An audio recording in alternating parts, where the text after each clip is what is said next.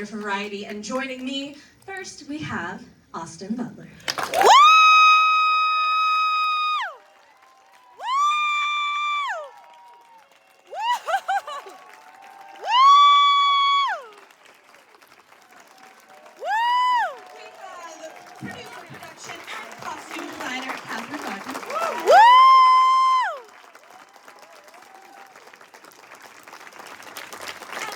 Last, but certainly not least, we have co-writer, director, and producer, Baz Luhrmann.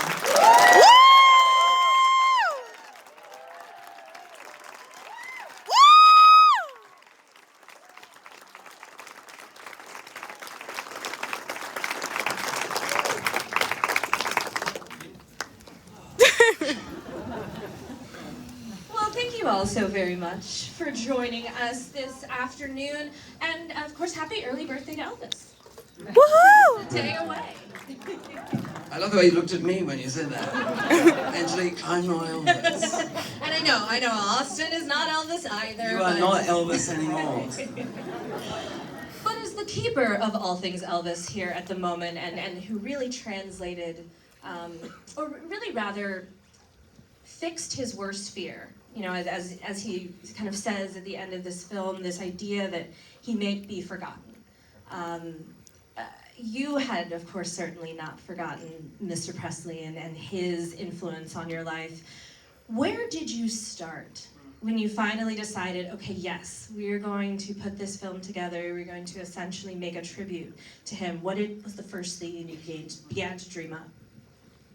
Well, first of all, he did actually say that line. I didn't make that up. He said to Priscilla one day, you know, and what's so incredible is that he says, it's not incredible, he says, I've never done anything, remind me of the line. He says, I've never made a classic film. I've never done anything of significance. Yeah, I've never done anything lasting. But you know what's most incredible, I think, about that? Is he goes, I'm almost 40. Wait, and then he goes, 40, the second time. Like, and he dies 2 years later. Like, I'm 60, you know? Like to think that it's all over and he hasn't achieved anything. Now, the second part of the question is a little different, but I learned something only 2 hours ago we had a talk with CM 2 hours ago.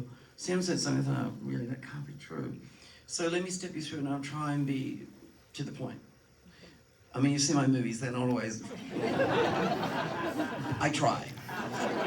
But, you see, the real technical part of it is I've always been such an admirer of Shakespeare and the way in which he would take a historical figure and use that figure to expand on a larger universal human ideal. Mm-hmm. And I was so affected when I was young and I saw Amadeus. And you know, Schaffer is taking facts of Mozart, yes.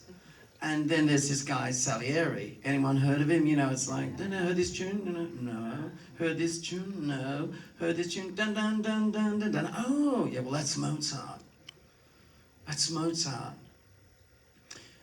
And I did everything right, God.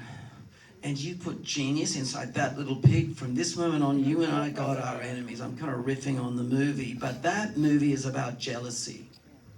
And yet, it tells you the life of Mozart. And so I was always, I had a fanhood when I was young. We had the local cinema. We ran those Elvis matinees every weekend. So it was in my consciousness. And I have been saying for the last 6 months, you know, it was about, I think, 5 years ago.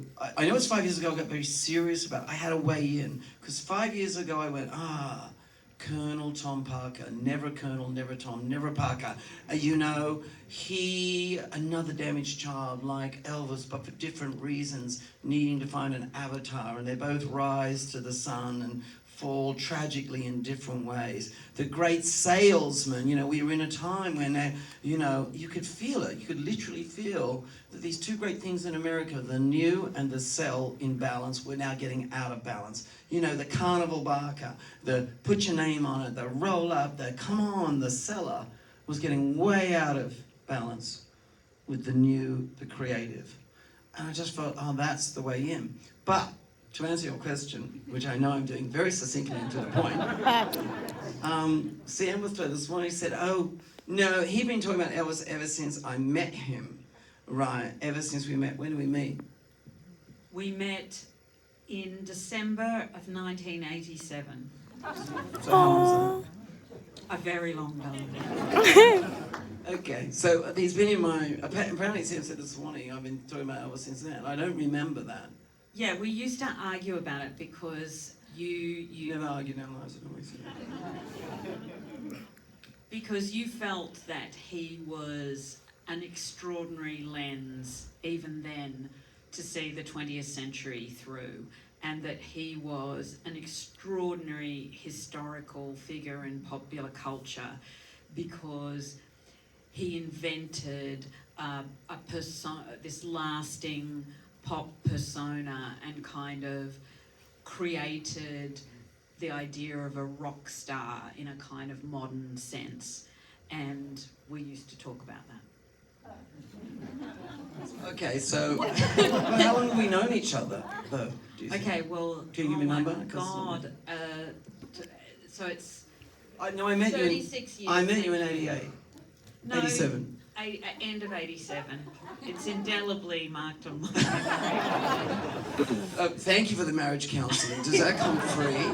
It does, but actually, if you want to throw me a tip. But Catherine, I'm curious, what was your reaction and your general sense of Elvis at that time then? Well, I fancied myself a rather serious young insect when I met Baz. And I was at NIDA studying to be a set and costume designer for the theatre, and I was a minimalist. I know. You still are. Who would have thunk it? And, I was into concrete boxes and black gloss floors and twigs. And so Elvis was challenging at that point, but Baz, you know how you have something latent within you, which is truly a love of glitter, rhinestones, colour and movement and musicals, and you just don't know it. Well, Baz unleashed that monster within me.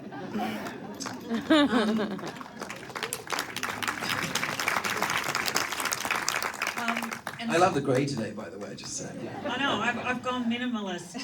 Although Baz said I look like an escapee from the cast of Matilda. And I said I must be the kid with learning difficulties because I'm 57. Just steady on, you're getting in trouble. Okay. But she was doing the dance routine outside, it was pretty good. So to me, so I was slightly sceptical about it, but what really interested me was when Baz started talking about this particular vision of the movie, which was told through the eyes of Colonel Tom Parker, who I thought was a really interesting character. But even more interestingly to me, he started talking about Elvis's life story as a vehicle for talking about the history of kind of America in the 20th century, the good, bad, and the ugly, and that it would allow us to explore that period of American history. And I suddenly thought, this is a really interesting idea. And then meeting Austin, he opened a whole new window for me because he brought the humanity of Elvis. Mm-hmm. And to be awed and surprised and humbled by that ability to actually understand the internal workings of a human being and stardom and fame from the inside from this very singular character was a real privilege.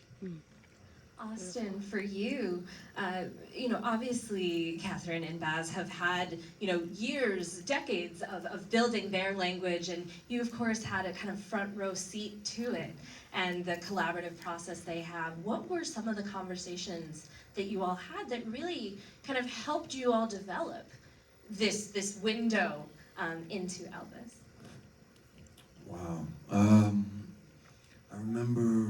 first time that I came over to your house, and we all talked, and Baz and I went upstairs and we talked for about 3 hours, and you showed me some reels that he'd been cutting together,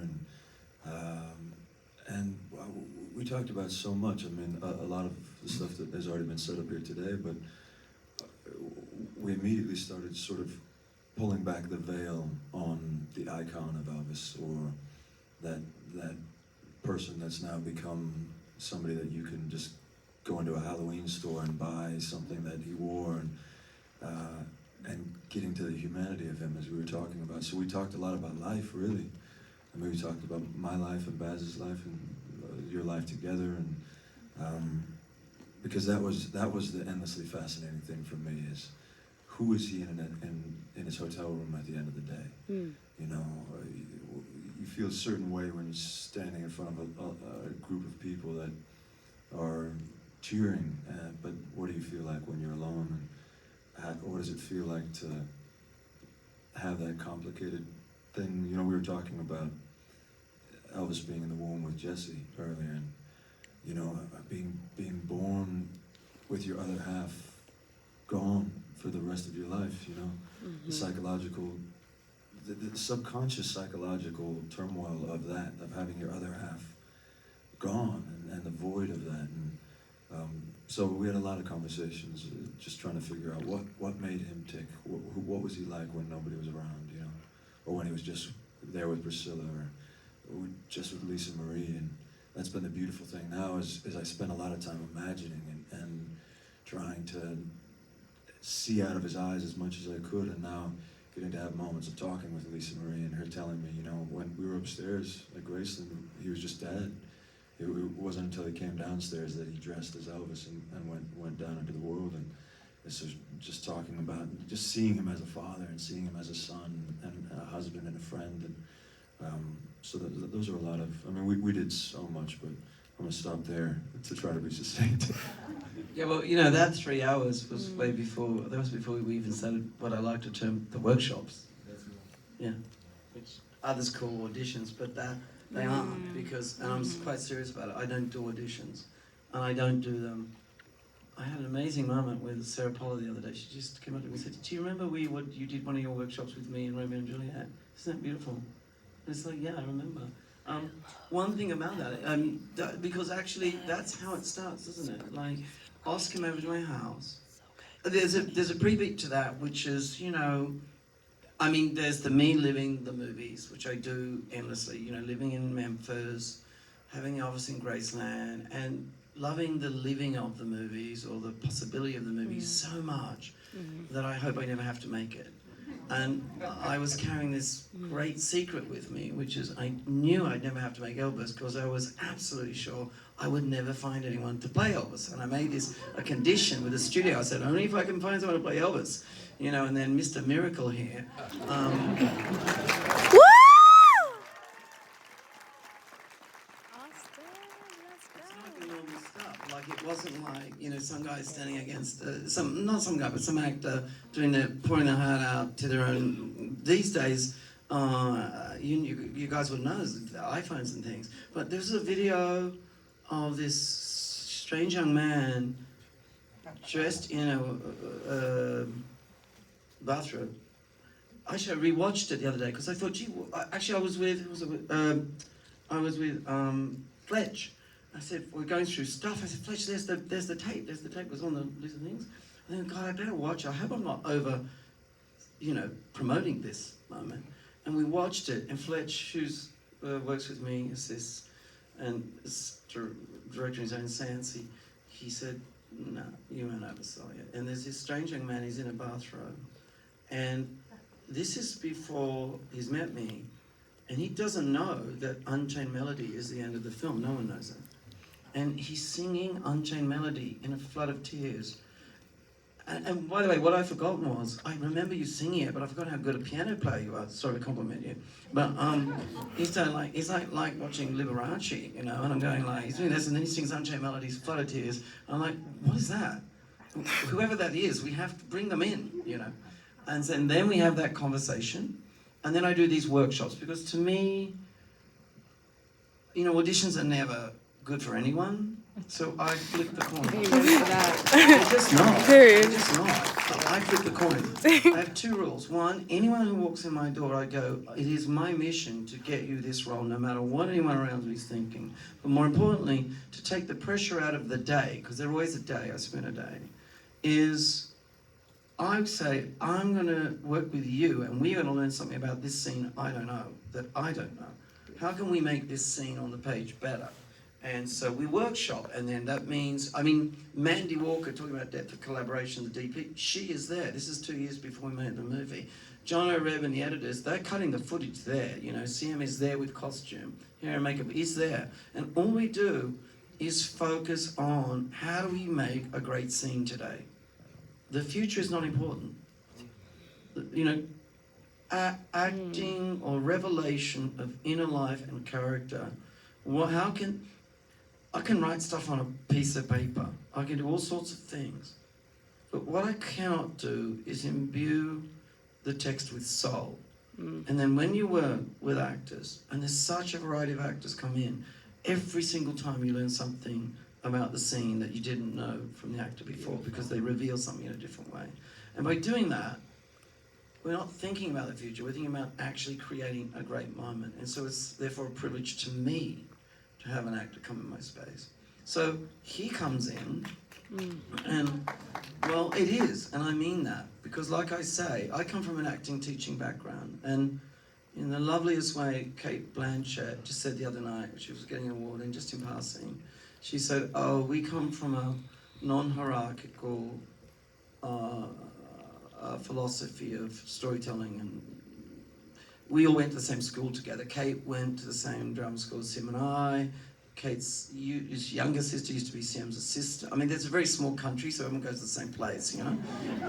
Mel Gibson went there, but, you know, sometimes you have a, you know. I love him, but, you know. Judy Davis went there. She's an actress. She's amazing. Oh my gosh. I do believe that every actor after Judy has a little... Nicole has a little Judy now, Kate has a little Judy. And by the way, Austin, they'll say we all have a little Judy in us. And we love Judy. You certainly Am I look like segueing? me. Because I did live with her at 18 for a bit. I was in a movie with her as a kid, that's another story. Now where were we? I was curious what the scene is from the workshop. Oh, well, That you workshopped. what's it? We did several, and in fact, let me tell you something. We did several, and there was this one that Oz did several, all of them. We did about 3, I think, and then he sang, and then we did movement. But you remember there was this one that we were doing, and when I talk about Oz, you know, I was exploring other possibilities. He came in sort of late in the picture, and but I always remember in the workshops we were doing this, he just did, I got it. He did such a great job. The Lansky.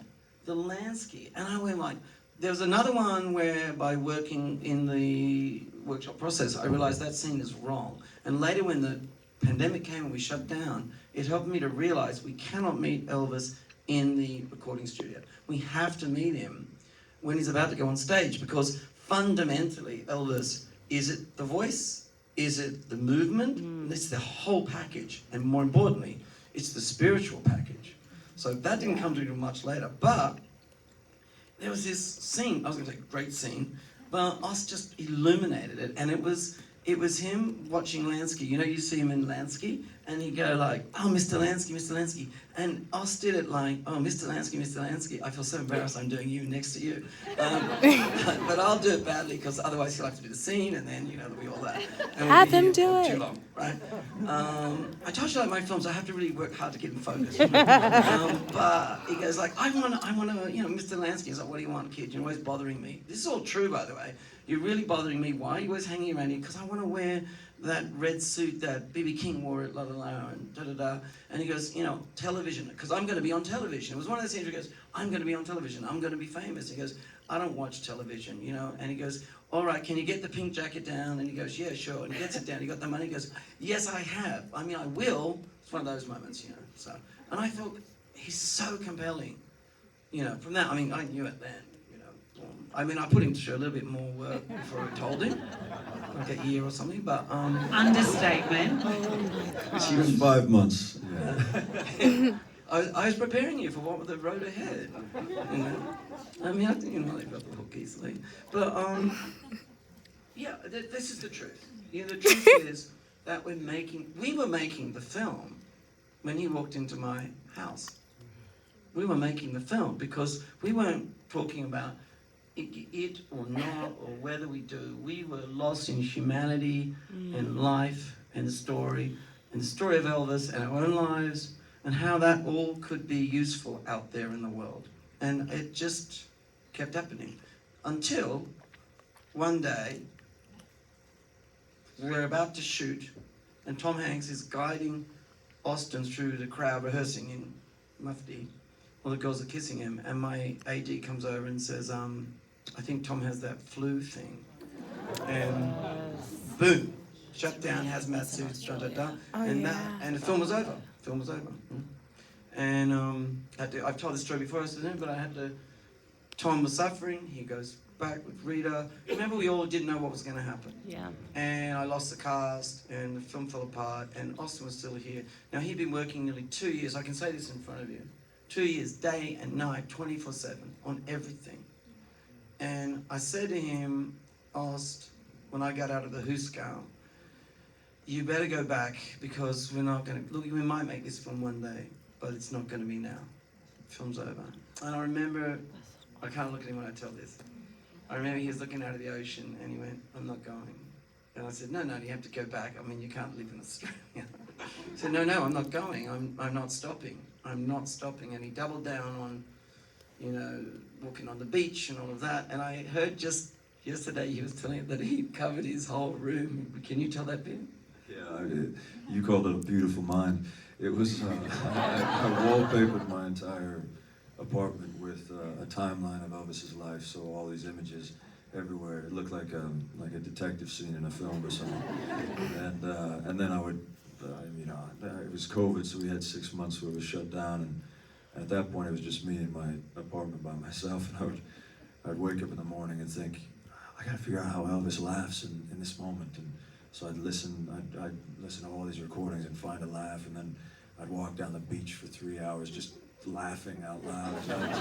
It's just looking like an absolute maniac, but that was the experience. Do you mind me saying this? Because you said something that I didn't know, and I think when you're in what I call the acting circle, it's a really valuable observation, and I'm going to use that observation. It's something I've never thought about, but just explain that bit you said about, we had all these great coaches, but COVID actually forced you to have to deal with at a certain point, be on your own. That was fascinating. Yeah, well, I sort of realized that I like to be a good student, and I want to learn as much as I possibly can, so I was very fortunate to have an incredible group of people around me. Polly Bennett, who was my movement coach, and a karate instructor, and singing coaches, and dialect coaches, and I had all these amazing people around me who I'd spend time with. It was almost like a curriculum where I'd spend 2 hours with one person and then go to the next and the next, and it was like I was in school for a year and a half, and then suddenly when the film shut down, then I wasn't at that point trying to be a good student anymore. I was in my apartment by myself, so then it felt like it suddenly became mine, and it stopped me feeling like I was having to be good for them, and instead then it was going, take all that stuff that you've learned and let it now soak into your bones, it deepened in a way that I don't think I would have been ready for the film if we had shot it when we were. I think were we 3 or 4 days from starting shooting when We were like The day before. It was one the day day before shooting? 1 day before. Because we were Holy shooting Vegas first. those pre-days when you're doing Yeah, a day test shoot, zero, but it's or- actually day zero. It's a way of sneakily getting an extra day. So we were shooting the drive up to the Hollywood sign, Wow. and I remember everyone felt that the force majeure shutdown was about to happen because Australia was shutting its borders, and it was this incredibly emotional time for the cast and crew because people feared not being able to get home, and no one knew what was going on, and it was a very, difficult time for everybody. People, feared that there wouldn't be an industry when they came back. But we were very lucky to be able to go back to work 5 months later, and it was a really extraordinary experience to be so grateful to be able to go back to work when you feel that something is going to slip through your fingers. And I think, COVID was very, our son had some very severe mental health issues during COVID, so it wasn't an easy time. But Baz was talking about silver linings, and I think that we had a wonderful cast before COVID, but I think it allowed us to discover, if it's at all possible, an even more wonderful cast. We were able to, Helen Thompson, who I think is Gladys, is a revelation. She so embodies the character. And there's a funny story. She is so convincing as Gladys, but in real life she's a very glamorous blonde woman. But in the audition process, because it was difficult, we were doing it via Zoom, and you worked with her. Basically, you were being Elvis and she was being Gladys in 2 cities away via Zoom. Baz wanted to help as much as possible because that distance is really... So we had, via remote control, kind of sent her costumes, and we got hair and makeup into a bubble so they could make her look like Gladys, so that she was in the most comfortable position to do the scene with Austin. And as it turned out, because she got the part, and because she was so extraordinary in the role, and because we were all in bubbles, Baz didn't really see her ever not in hair and makeup as Gladys. And she in fact came to a charity dinner that we had at our house to raise money for the ballet on the Gold Coast. And he was thanking all the actors for coming to the dinner, and Helen was sitting beside him. And I think he must have thought that she was some glamorous ballet patron.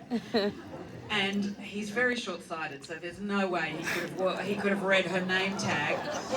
That's a secret. That's what Q&As are for. And I'm going, Baz, and he just keeps going. And I finally say, Helen Thompson's here, Gladys. He goes, no, she's not. I go, yes, she's actually sitting beside you.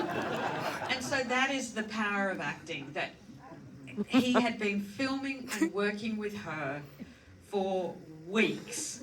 And when she came to dinner at his house, he had no idea that this extraordinary actress had completely created that character. Wow. It's truly the power of what you all did with this production. I know that you very much were along the motto of interpretation, not imitation, if you will. So, that is essentially that as well. It's fully imbuing yourself into these characters, into also the physical recreations as well, recreating everything straight down to Graceland, but in Australia. Catherine, actually, I want to ask you about that really quick, because you had to kind of refresh the set as you all came back. Yes, well, both Karen Murphy and I, who production designed together, were extremely scared, as, obviously, we're not American, obviously, and we tried to imbue ourselves by going on lots of location reconnoiters, following in the touring footsteps of Elvis, and visiting all of the classic sites. We were very lucky. We had lots of access to the Graceland archives, and Graceland and the whole estate was so generous to us to let us see everything. But there was an enormous amount of nervousness of the reality that we were going to have to make everything in Australia. We were going to have to build 2 blocks of Beale Street. We were going to have to make the second most visited house in America, bar the White House, in Australia. And so there's a sense of real nervousness about that. And we had everything built. We had Beale Street built. We had the 1.5-story facade, the whole horseshoe driveway of Graceland, plantings for the garden of Gracelands and stuff all done. And we just had to shrink wrap it. And it was just under like sort of strange Christo-like silhouettes, you know, in the Australian landscape. And Beale Street, Memphis and, you know, Graceland all wrapped up. And, you know, it was an extraordinary day when we cut that plastic off, and basically we had to repaint it all because the climate there is really punishing. The sun had worn all the paint off the facades. Oh my But gosh. yeah, it was crazy. Oh, it reminds me, just to add on to that, about the rebirth. So Austin goes, I'm not leaving, and Austin can tell you what it was that drove him to that point. We didn't, you remember the world? Do you remember the world? We just, it was such a sense of a vortex and a loss and a confusion. And actually, to be honest with you, for the first sort of week, I was like dressing up in white suits and drinking cocktails and going, great, I don't have to make the move. I can get Scott Fitzgerald to get drunk every night, you know. And that was good for a week because I was with my kids and it was like, great, quality time with the kids. Yeah, this is cool. And that, but then, and Ost was, we had a little film club that we did by, we tried to chase sane, and the only way we could connect was we would all dress up and pick a film out of a hat and watch the film, and then a film the others hadn't seen, and then discuss it by Zoom, all that stuff. But then suddenly this feeling of the film's actually going away, it's not going to happen, and this gargantuan vortex, this feeling, it was like the most panicky feeling when, like, after this sort of, you know, no responsibility, there was just like, oh no. And Os was like, I don't know, I didn't know at that time he was, you know, gonna be arrested for screaming into the surf on beaches in random places. But I did know he was relentlessly just working. I rang Tom, who'd been suffering, went home with Rita. I said, Tom, look, Oster's still here, and he goes, look, why don't we just wait until like February when this is all over? And like that was 2 years ago, you know. And I went and checked it out. I said, I just don't think it's going to be over by February. And Oster's still there. And Tom went, he was in Greece. And he went, he's feeling better. He went, do you think you can get it done by Christmas? I said, absolutely, absolutely. And he bravely came back, did quarantine, and he came back, and we all came back together. And we love it when we have newbies. Like Austin is a newbie in our world. You know, he's only been working with us 5 years. That's new for us, right? But we have like a fraternity of actors, like Richard Roxburgh, who's worked with me. He went to the same drama school. So, you know, and he's been in like, you know, he's in Moulin Rouge, you know, or David Wenham was Audrey in Moulin Rouge. Goodbye, you know, that guy. And so we were able to call upon our actors that we knew because they were suddenly available. And we all came back together, and you know what was quite incredible? The rest of the world could not make movies, and we collectively made that movie, and I tell you, it was the smoothest shoot I've ever had. It finished on schedule and under budget. And honestly, that's never happened in my life. Wow. Ever. That's great. I think, let's leave filmmaking and storytelling out of it. I think the reason that happened was when something like being together like this in a theatre, communing in a theatre and watching a movie and laughing with strangers, when that suddenly is taken away as an option, the preciousness of that, I think we collectively as a group knew we were holding an incredibly precious thing, and that was we were making a movie and it was going to be seen in a cinema, and people held that candle and burned it brightly every day we were there. It was such an amazing feeling of we had a mission, you know. I really believe that.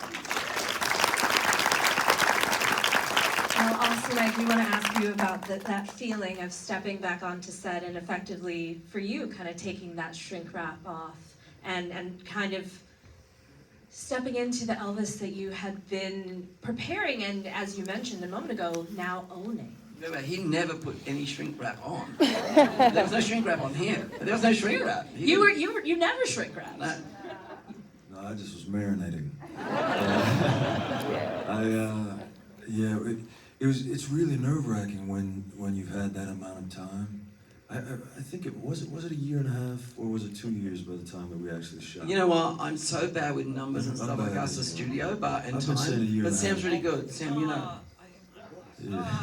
It was at least, I think, 18 months. Okay. For sure. All right. So let's say 18 months. So I had that amount of time, and then now's the moment of truth, and the first big musical number was shot on day 2 after day 0, essentially. Yeah, first day of actual shooting, and that was 68 Special. And so I'd had this year and a half of preparing. I'd had all these amazing people believe in me. All of these incredible crafts people came together to make the most brilliant sets, and all the costumes and everything was perfect. But I know that all that really is going to matter at the end of the day is what happens between action and cut. And so that, it puts an incredible amount of pressure on that moment. And I hadn't been out on stage in that way at that point, so I was backstage in the Elvis dressing room, the one that's in the film, for the 68 Special. And my hands were shaking, and I was so nervous, and it felt like my life was on the line. I knew my career was on the line. I thought, they could still fire me, I think, that sort of thing. And I felt so scared. And then it hit me that that's exactly what Elvis was feeling. At that point in his life, his career was on the line. Because otherwise he would not have a musical career after that. He'd just done a string of these movies in the 60s and hadn't performed on stage in all those years. And so then I could have this moment of looking at myself in the mirror and just going, take all of that feeling that you have, all the shaky hands, the nervous heart, take it out there and just channel that into the music. And then once I felt a genuine rapport with that audience, and I saw a girl blushing and a man laughing and people rocking out to the music, and suddenly it was this energetic exchange that I understood what a performer gets in that way for the first time. And it was a complete out-of-body experience, and one of the greatest days I've ever had on any set. Wow. It was amazing. Because remember, no one had seen live performance for over 6 months or been in a group of people, and Austin was singing and playing the guitar. It wasn't just kind of playback. It was like they were really watching the show. They were the audience. And when they're acting, those girls that are freaking out, they're not pretending. They're freaking out. I could have done that for free. And I was going, oh God, she's really freaking out. I'm scared for Austin. Calm it down. But that was extraordinary to see when Austin did the performance moments, and because we'd all been so separated, and because the sequences were played out in full, like full sequences and full songs. It happened in the international showroom, and then they went totally crazy in the international showroom. I mean, just to give you an idea, I have a team. We are serial collaborators. We really much more. It's this thing of coming from a school that's about acting, and that you have to create an environment first. It's called play acting, a screenplay. And as you all know, children are brilliant at that. A genius is pretending. You go bang, they can't pretend. You cannot play with fear in the circle. Now, I extend that thinking to the entire company, to every person. I don't care what you do. We are all in the circle. We work, but there has to be a circle where fear is kept at bay, so you can fail, so that you can rise up above yourself, so that you can have a step that allows you to fly. So we create that environment organically, but also very seriously. Now, having said that, we've got people that have worked with us 30 years, and now I remember, you remind me, we rehearsed the sequence in the showroom so much, and Mandy Walker technically broke down. We built lenses that matched exactly the lenses used in the 50s. She built lenses that matched the one in the 60s, and in the 70s we went anamorphic, because the very famous documentary, That's the Way It Is, Elvis. Elvis comes on in that documentary. He walks from behind the scrim in the white suit. He tunes the guitar. He walks onto the stage and he does a concert. Every camera was absolutely calibrated, every lens exactly the same. All of the crew, Mandy got them all to learn the songs, learn the music, so they could be musical. So we go there now, to give you an idea of how far out, I've done a lot of far out things, you know, I mean, I made Romeo and Juliet in Mexico with Leonardo when he was 19. That was far out, right? In a good way. And a storm blew me away, that kind of stuff. But, I have a grip called Brett, and Brett, you know, pushes the camera around. Great bloke, as we say. He said about 6 words to me probably in 30 years, you know. You know, usually something like, watch out, boss, you're gonna get squashed, mate, you know. Over here, right? And anyway, he's on one of the main trucks like that. Austin is there, Elvis is there, the music, the audience is there. Like, the cameras are tracking exactly. I've got about 8 monitors and 5 headsets, and I'm like this, and he goes out, and every shot's identical. The audience go absolutely, Austin's out there, and by the way, what we did, we had to shoot out the concerts, but then cross-cut that with drama, and it was completely different camera language, completely different. So we needed to use it as a sort of Greek chorus narrative, but we shot out the concerts. So Oz went out there, and between numbers, he was doing, because he was Elvis, he was doing Elvis kind of banter between the numbers and the way he brought the band in, and the girls are going crazy, and we keep filming, and then it goes on, and everyone's like sort of stunned at the end of it. Like, I finally called cut after the 3 numbers we do, and the curtain comes down, he does, he does that thing which is in the documentary. Everyone's like stunned, and Brett comes and goes, oh, boss, oh mate, I'm so sorry, boss. I've done it all. I've done the Star Wars, and I did the Thin Red Line with Terry Malick, and the Supermans. I've done them all, but I've never really experienced anything like that. And I think I was so shaking. I think I might have shook at the camera. I said, don't worry, Brett. I'm shaking too. This movie, we'll do it again. You know. It was so far out. I know in my life I will never quite experience that again. I will not experience, because it was beyond movie making. We were at the Elvis showroom concert. It was so far out, and that was a gift.